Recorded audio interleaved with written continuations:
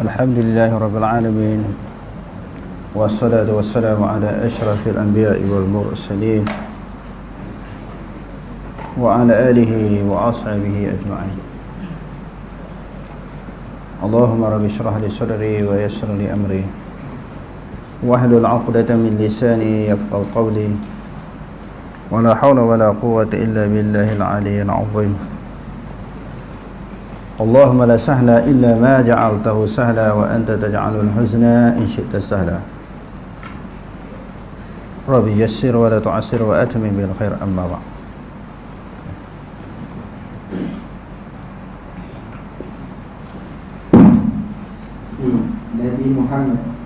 Nabi Muhammad sallallahu alaihi wasallam merupakan nabi yang terakhir sekali.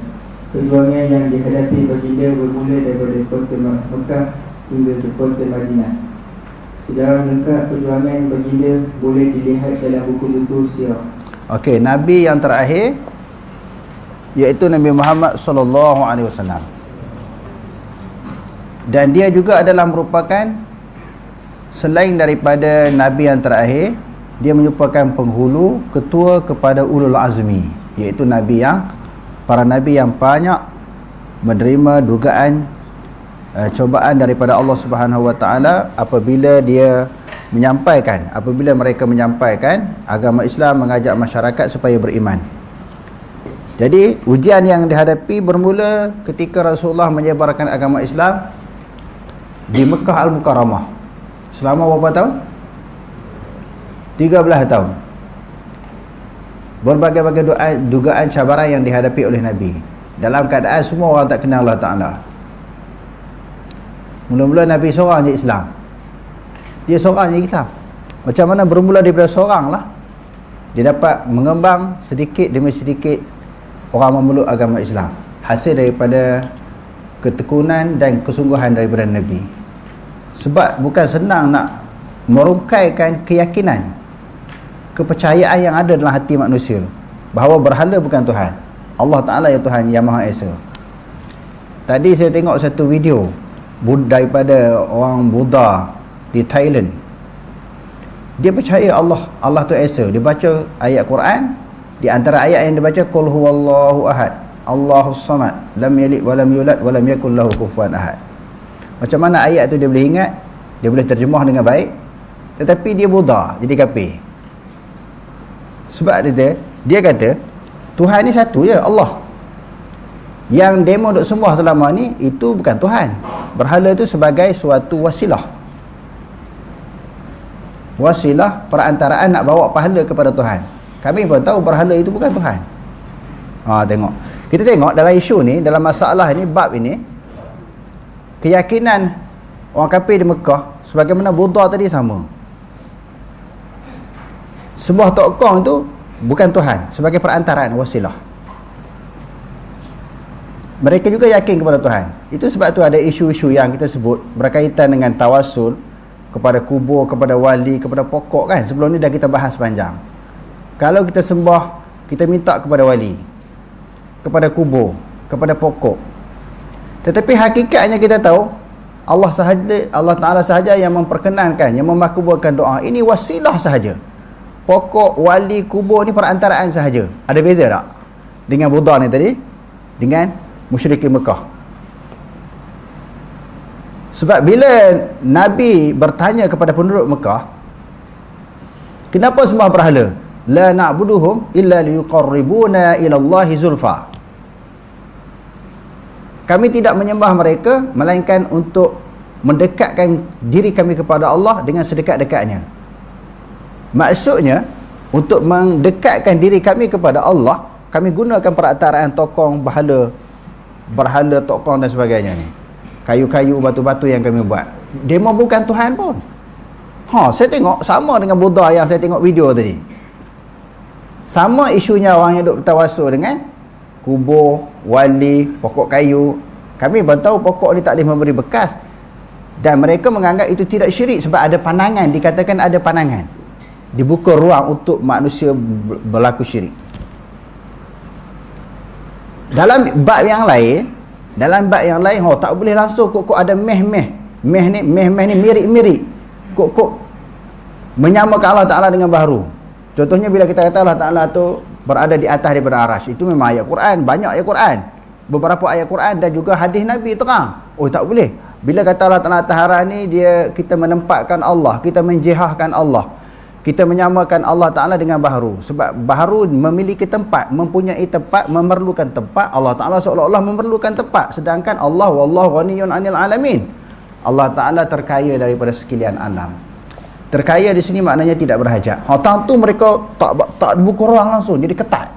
Sedangkan dalam Quran Allah Ta'ala taharah. Tapi tang ni dia orang pelonggarkan, dibuka ruang untuk orang jadi syirik. Itu yang kata bahaya tu. Jadi memanglah kita tengok Buddha pun dia tak kata tokoh tu Tuhan dia. Dia kata sebagai wasilah sahaja, perantaraan untuk membawa amalan ibadat doa mereka kepada Allah. Okey, terus. Bukan Nabi dan Rasul yang paling tinggi dan paling mulia sekali, dari segi derajat dan juga martabat dalam kalangan para Nabi. Baginda SAW juga merupakan penyumbang segala Nabi dan Rasul. Jadi baginda ni paling mulia, paling tinggi darjatnya dibandingkan dengan Nabi-Nabi yang lain. Nabi-Nabi yang lain semua Nabi mulia, semua punya kedudukan yang tinggi daripada manusia biasa. Tetapi Rasulullah ni atas pada tu, sebab dia kesudahan para Nabi dan penghulu kepada Nabi-Nabi dan Rasul-Rasul, dan juga ketua kepada Ulul Azmi. Okey, terus. Firman Allah, "Ma kana Muhammadun aba ahadin min rijalikum walakin Rasulullahi wa khataman nabiyyin wa kana Allahu bikulli syai'in alim." Maksudnya Alima. Okey. Tidaklah Muhammad itu bapa kepada mana-mana orang daripada lelaki-lelaki kamu. Ini ada satu isu berlaku di Madinah. Rasulullah SAW kan dia ada anak angkat. Apakah nama anak angkat Rasulullah? Zaid kan? Jadi orang panggil Zaid bin Muhammad. Zaid bin Muhammad. Ramai orang duk sebut macam tu. Mereka ingat Zaid itu memang kufu anak Nabi SAW.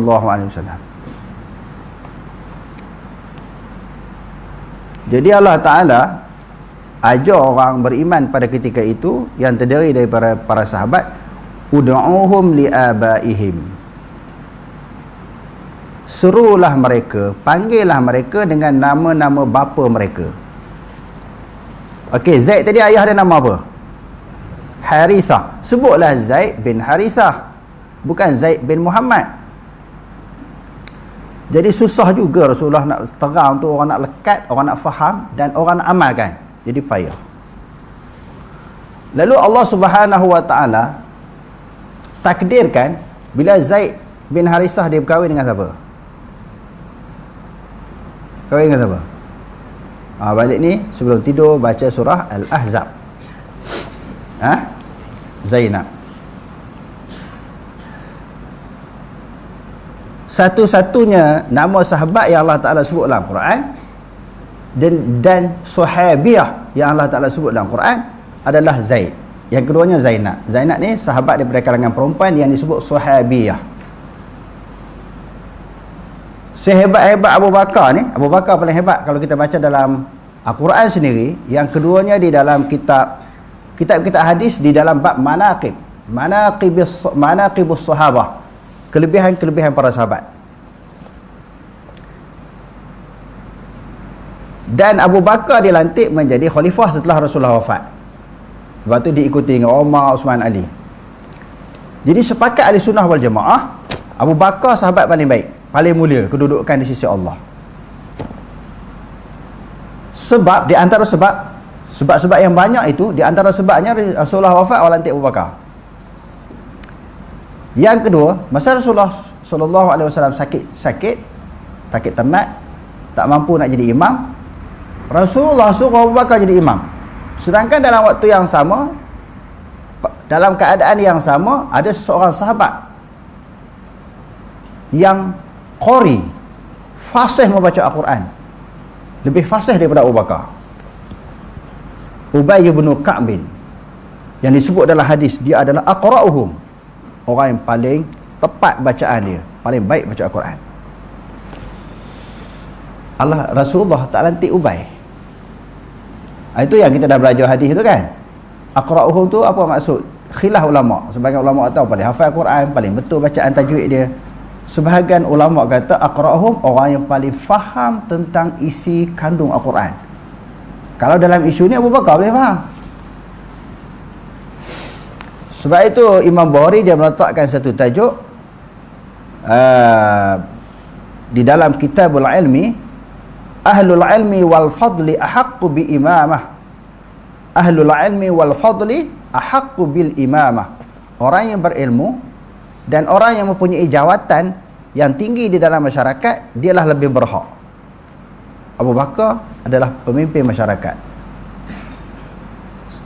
Sebelum Rasulullah wafat lagi, dia ada pegang beberapa jawatan. Maknanya kalau Rasulullah tinggal, suruh dia uruskan beberapa urusan selain daripada sahabat-sahabat yang lain. Dan ini bagi ahli sunnah wal jamaah sebagai suatu isyarat. Sebab di zaman Nabi, siapa jadi khalifah di imam. Siapa jadi khalifah di imam. Selepas kewafatan Nabi ni, siapa-siapa yang jadi khalifah, dia jadi imam sembahyang. Dan Rasulullah ni sendiri sebagai khalifah, dia juga adalah imam. Imam 5 waktu sembahyang, sembahyang raya, sembahyang gerhana dan sebagainya. Jadi bila dibagi isyarat Abu Bakar jadi imam masa dia sakit itu, di sini para ulama ahli sunnah jemaah kata memang dia atas maknanya restu dari Rasulullah, dan juga sebagai satu isyarat kalau Rasulullah wafat nanti, dialah jadi imam.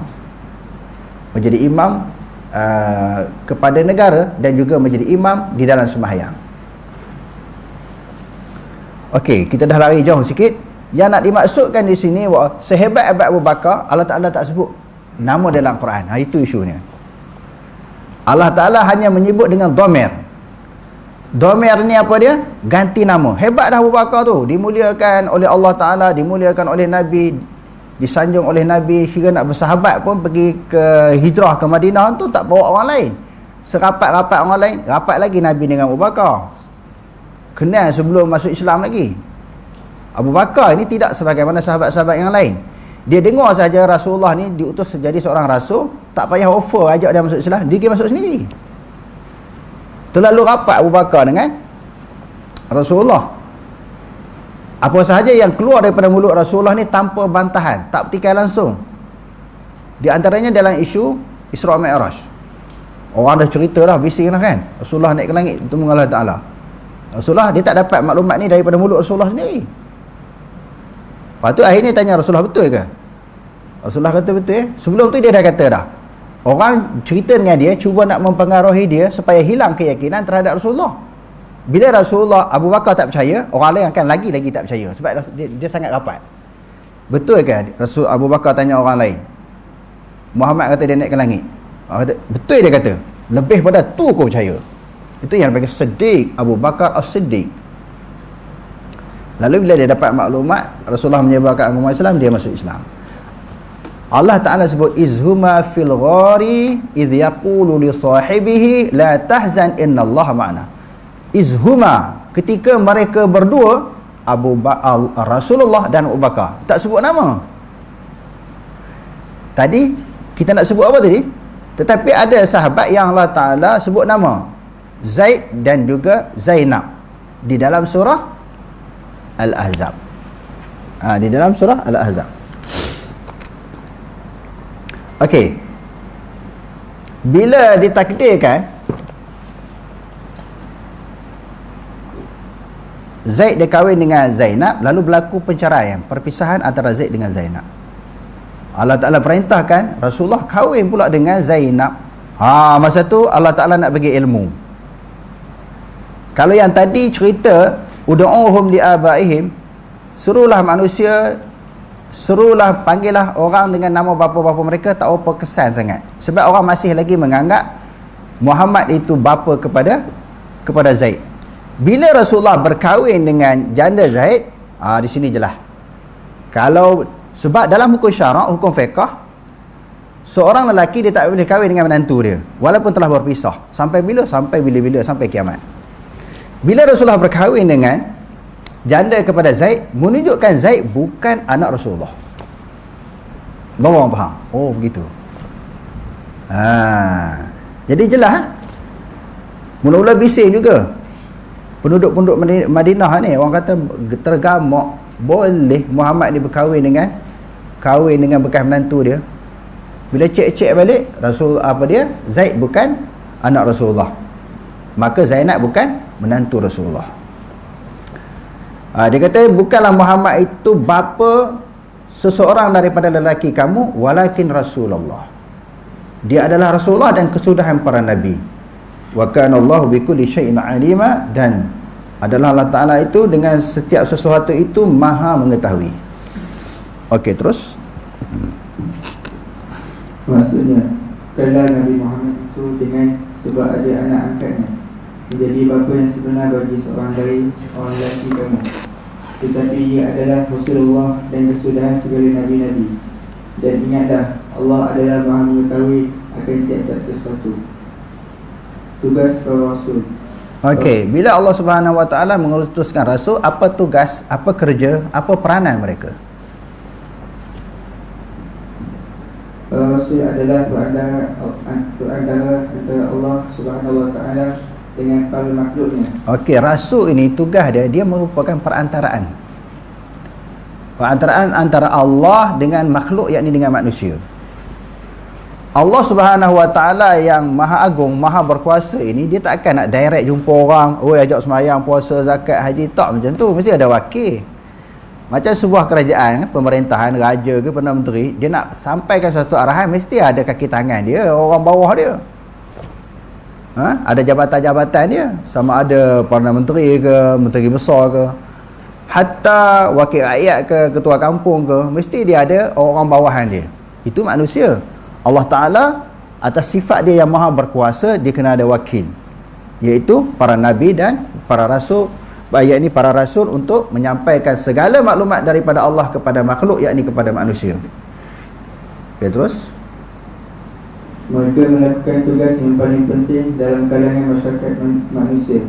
Antaranya menerima wahyu, ilmu dan agama daripada Allah Subhanahu Wa Taala dalam bentuk dan cara yang dipilih Allah Subhanahu Wa Taala. Jadi rasul tadi kita kata pesuruh. Sebelum tu dia jadi nabi dulu kan. Nabi apa dia? Nabi man lahu nabaun. Apa makna istilah nabi ni apa dia? Man lahu nabaun, orang yang ada cerita, orang yang ada maklumat, orang yang ada pengkhabaran. Cerita tu apa? Cerita daripada Allah yang berbentuk wahyu. Itu dipanggil nabi. Bahkan 25 tadi nabi lagi rasul. Okey, terus. Firman Allah Subhanahu Wa Taala, inna auhayna ilaika kama auhayna ila Nuh wan nabiyyin min ba'di wa auhayna ila Ibrahim wa Ismail wa Ishaq wa Yaqub wal asbati wa Isa wa Ayyub wa Yunus wa Harun wa Sulaiman wa atayna Dawud zabura. Sesungguhnya auhayna, telah mewahyu oleh kami. Kadang-kadang orang terjemahkan telah kami wahyukan. Dua-dua terjemah tu betul. Kalau terjemah ikut yang lebih tepat, ikut nahwu lah, bukan ikut bahasa kita kan. Ikut nahwu, sesungguhnya kami auhayna, telah mewahyu oleh kami. Na tu jadi fa'il. Kepada engkau. Allah Ta'ala kata kami telah mewahyukan kepada engkau, kama auhayna ila Nuhin wan nabiyyin min ba'di, sebagaimana kami wahyukan kepada Nuh dan juga nabi-nabi selepas daripada Nuh. Kamu dapat wahyu, nabi-nabi lain pun sama dapat wahyu, dapat arahan perintah daripada Allah. Dan kami wahyukan kepada Ibrahim, Ismail, Ishaq wa Yaqub wal asbab. Asbab ni anak cucu. Sabtani asbab, anak cucu, keturunan mereka. Wa Isa wa Ayyub wa Yunus wa Harun wa Sulaiman. Semua dapat wahyu. Wa ataina Dawud zabura. Adapun Daud kami kurniakan kepada dia kitab Zabur. Okey, terus. Maksudnya, sesungguhnya kami telah memberikan wahyu kepadamu, wahai Muhammad, sebagaimana kami telah memberikan wahyu kepada Nabi Nuh dan nabi-nabi yang diutus kemudian daripadanya. Dan kami juga telah memberikan wahyu kepada Nabi Ibrahim dan Nabi Ismail dan Nabi Ishaq dan Nabi Yaqub serta Nabi-Nabi keturunannya, dan Nabi Isa dan Nabi Ayub dan Nabi Yunus dan Nabi Harun dan Nabi Sulaiman, dan juga kami telah memberikan kepada Nabi Daud kitab Zabur, menyampaikan risalah-risalah Allah Subhanahu Wa Taala kepada para hamba-Nya. Firman Allah Subhanahu Wa Taala, Ya ayyuhar rasul balligh ma unzila ilayka min rabbik wa in lam taf'al fama ballaghta risalatah wallahu ya'sibuka minan nas innallaha la yahdil qaumal kafirin. Wahai Rasul, sampaikan sesuatu yang diturunkan kepada engkau daripada Tuhan engkau. Sesuatu yang maksud sini maknanya ayat-ayat Quran. Apa sahaja ayat Quran yang diturunkan kepada engkau, semua kamu kena sampaikan tanpa kamu sembunyi sedikit pun. Sebab Allah Ta'ala kata, wa illam taf'al, kalau kamu tak berbuat, tak melakukan apa yang diperintahkan supaya disampaikan, fama ballaghta risalatah, maka sesungguhnya engkau tidak menyampaikan risalah engkau. Ballaghta, kamu tidak menyampaikan. Fama ballaghta, maka kamu tidak menyampaikan risalatah, risalah Allah, firman Allah, wahyu Allah Ta'ala kamu sorok. Menyembunyikan kebenaran, menyembunyikan firman-firman Allah, ayat-ayat Allah Ta'ala ini adalah salah satu ciri, salah satu sifat mustahil bagi Rasul, kitman.